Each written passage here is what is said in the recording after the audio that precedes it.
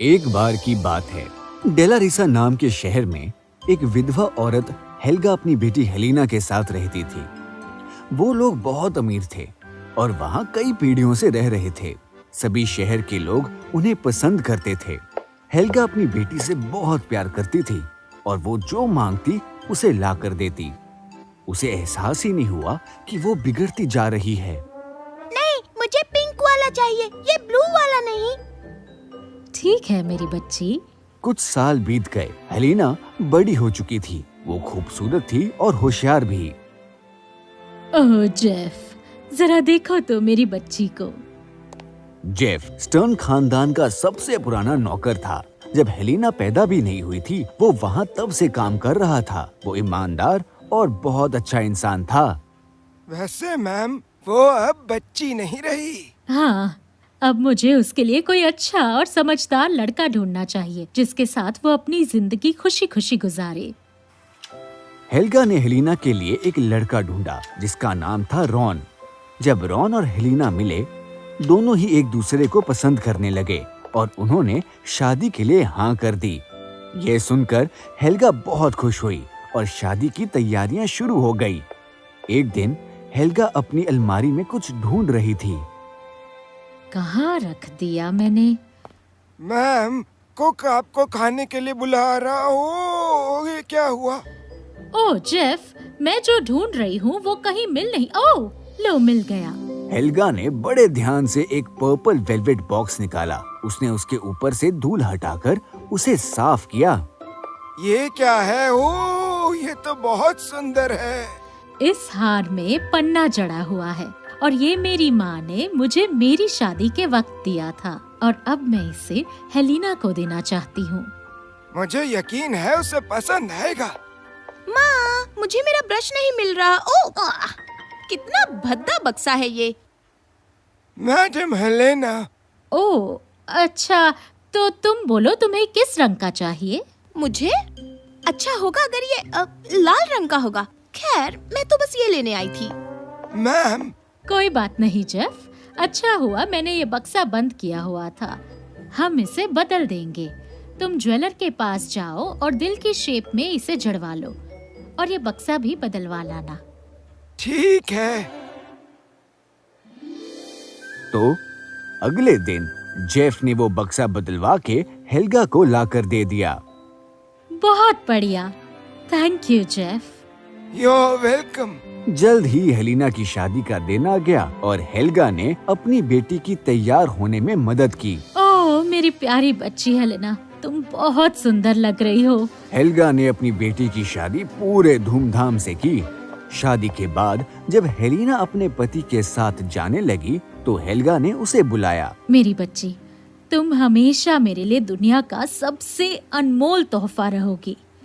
फिर भी मैं तुम्हें ये तोहफा दे रही हूँ जो मेरी माँ ने मुझे दिया था और अब ये मैं तुम्हें दे रही हूँ मेरी बच्ची।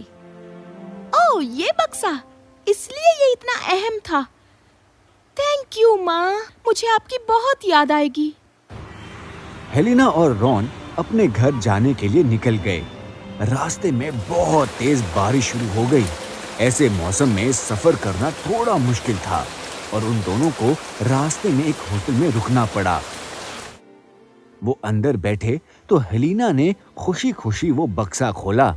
ओह वाह, ये बहुत सुंदर है और माँ ने इस पर मेरा नाम भी लिखवाया हुआ है। हेलिना ने उसे गले से लगाया और वो सोचने लगी कि उसकी माँ उससे कितना प्यार करती है। तभी उसने किसी के रोने की आवाज सुनी। उसके पीछे दो लड़कियां बैठी थीं। क्यों रो रही हो? आज तुम्हारी टॉम से शादी है, तुम उसे प्यार नहीं करती? क्या बेवकूफ लड़की है ये, अपनी शादी के दिन पर रो रही है।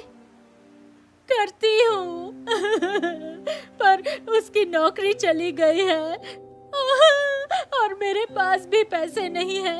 इस तरह हम अपनी जिंदगी कैसे शुरू करें? ये सुनकर हेलिना को एहसास हुआ कि उसने जो चाहा वो उसे हमेशा मिला है और उस लड़की के पास कुछ नहीं है। उसे उसके लिए बहुत बुरा लगा। हेलेना, लगता है बारिश कम हो गई है, हमें अब घर चलना चाहिए। उसने हाँ कहा और जब रॉन अपने कोट लेने गया तो उसने वेटर को बुलाया। उसने हार का बक्सा उसे देकर कहा कि वो इसे उस लड़की को दे दे। वो निकल ही रहे थे कि हेलिना ने उस लड़की के चेहरे पर खुशी देखी जब उस लड़की को वो बक्सा मिला। हेलिना मुस्कुराई और वो अपने पति के साथ अपने सफर पर निकल गई। हेलिना और रॉन की शादीशुदा जिंदगी अच्छी चल रही थी और उन्हें एक बेटा हुआ जिसका नाम उन्होंने रखा डेरेक। वो सब अपनी जिंदगी में खुश थे, पर एक दिन 4 साल बाद उनके शहर में भूकंप आया जिससे बहुत सारे घर तबाह हो गए। जल्दी चलो हेलेना, हमें ये शहर छोड़कर जाना होगा। डेरेक मेरी गोद में है, जल्दी चलो। भीड़ इतनी ज्यादा बढ़ गई थी कि हेलिना अपने परिवार से अलग हो गई। डेरेक, रॉन, कहाँ हो तुम? हेलिना के पास कोई रास्ता नहीं बचा और वो उन लोगों के साथ चल दी जो लिसानिया नाम के शहर में जा रहे थे। लिसानिया में भूकंप से बेघर हुए लोगों की भीड़ जमा हो गई थी और वो जितना हो सकता था एक दूसरे की मदद कर रहे थे। एक दिन हेलिना सड़क के किनारे बैठी थी। वो बहुत दुखी थी। तभी एक बूढ़ी औरत उसके पास आई। क्या हुआ बेटी? बड़ी दुखी लग रही हो। भूख लगी है क्या? यहाँ से ज्यादा दूर नहीं है। डेस्मंड परिवार है जो लोगों को खाना दे रहा है। बहुत बहुत शुक्रिया। जब हेलिना वहाँ पहुँची, उसने देखा कि वहाँ तो पहले से ही बहुत सारे लोग मौजूद हैं। खड़े खड़े वो ये सोच रही थी कि वो खाना कैसे ले। तभी उसने एक पतले दुबले आदमी को देखा जिसके साथ उसका बच्चा था। इस आदमी को खाने की मुझसे ज्यादा जरूरत होगी। उसने बड़ी मुश्किल से जैसे तैसे करके खाना लिया और उस बूढ़े आदमी को दे दिया। धीरे धीरे उसे वहाँ बहुत सारे बीमार और बूढ़े लोग दिखने लगे जो खाने तक नहीं पहुँच पा रहे थे। मुझे भी भूख लगी है, पर मुझसे ज्यादा इन लोगों को जरूरत है। तो कुछ देर बाद उसने अपनी परवाह ना करते हुए बूढ़े और बीमार लोगों को खाना बांटना शुरू कर दिया। खाना खत्म हो गया है और चाहिए तो अब कल आना। ये सुनकर हेलिना का दिल टूट गया। बहुत अच्छे साथियों, और तुम भी। मैंने तुम्हें यहाँ पहले नहीं देखा। मिस्टर डेस्मंड ने तुम्हें अभी अभी नौकरी पर रखा है क्या?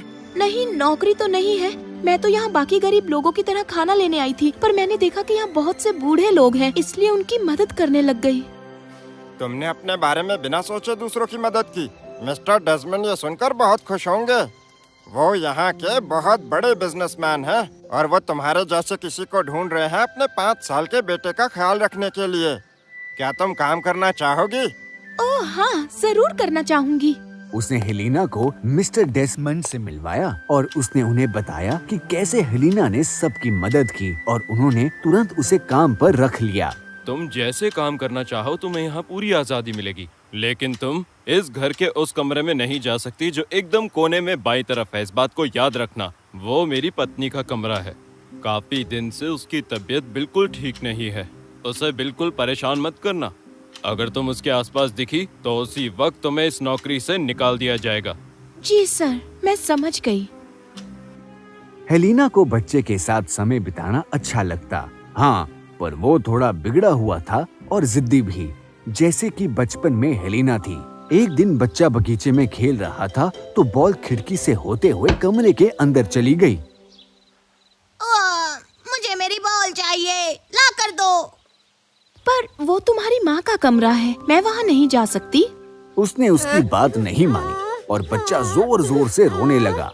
उसे रोता देख हेलिना मजबूर हो गई और उसे जाना पड़ा। वो कमरे के अंदर गई और बॉल ढूंढने के लिए आसपास देखने लगी। तभी उसे वहाँ वो पन्ना जड़ा हुआ हार दिखा। उसे करीब से देखा तो वो चौंक गई। ये क्या? ये तो बिल्कुल वैसा ही हार है जैसा मेरी माँ ने मुझे दिया था। उसने पेंडेंट देखा तो वो वही हार था जो उसकी माँ ने उसे दिया था। उसे अपनी माँ की बीती बातें याद आने लगी जो उस हार से जुड़ी हुई थी और वो रोने लगी। तभी किसी ने उसके कंधे पर हाथ रखा। एक्सक्यूज मी, तुम कौन हो? एलिना ने पीछे मुड़कर देखा कि मिसेस डेस्मंड उसके पीछे खड़ी हैं और वो भी गुस्से में। मुझे माफ कर दीजिए, आपके बेटे की बॉल यहाँ आ गई थी, मैं बस वही लेने आई थी। पर तुम रो क्यों रही थी? हेलिना ने उसे हार के पीछे की पूरी कहानी सुनाई कि वो हार उसकी माँ ने उसे शादी के तोहफे में दिया था और फिर उसने होटल में वो हार एक लड़की को दिया जो बहुत दुखी थी। मिसेस डेसमंड उससे एक के बाद एक सवाल पूछती गई और हेलिना के पास सारे सवालों के जवाब थे। तो वो तुम हो। तुम्हारी वजह से आज मैं खुश हूँ। मैं तुम्हारी शुक्रगुजार हूँ। इस हार ने हमारी मदद की जब हम गरीब थे। इस हार को गिरवी रख के हमने पैसे उधार लिए और फिर कर्जा चुकाकर इसे वापस ले आए। हेलिना को सुनकर यकीन ही नहीं हुआ, पर जब उसने ध्यान से देखा तो उसने उस लड़की को पहचान लिया और वो बहुत खुश हुई। हाँ, एक और बात, हम तुम्हारे परिवार को ढूंढेंगे और उनके मिलने पर हमारी आधी जायदाद तुम्हारी होगी, क्योंकि अगर तुम न होती तो आज हम यहाँ तक नहीं पहुँचते। ओह, थैंक यू। उसी वक्त पुलिस को भेजा गया हेलिना के परिवार को ढूंढने के लिए। उन्हें वो डेलेरिसा के पास ही कुछ दूरी पर मिले और वो उन्हें वापस ले आए। दोनों परिवार साथ रहने लगे और वक्त के साथ साथ उनमें गहरी दोस्ती हो गई। हेलिना हमेशा उस हार की कहानी शहर के बाकी बच्चों को सुनाती और उन्हें सिखाती कि हमारे पास जो है हमें वो बांटना चाहिए, और सबसे जरूरी ये कि अगर आप दूसरों की मदद करते हैं तो किसी न किसी तरह उसका फल आपको भी जरूर मिलता है।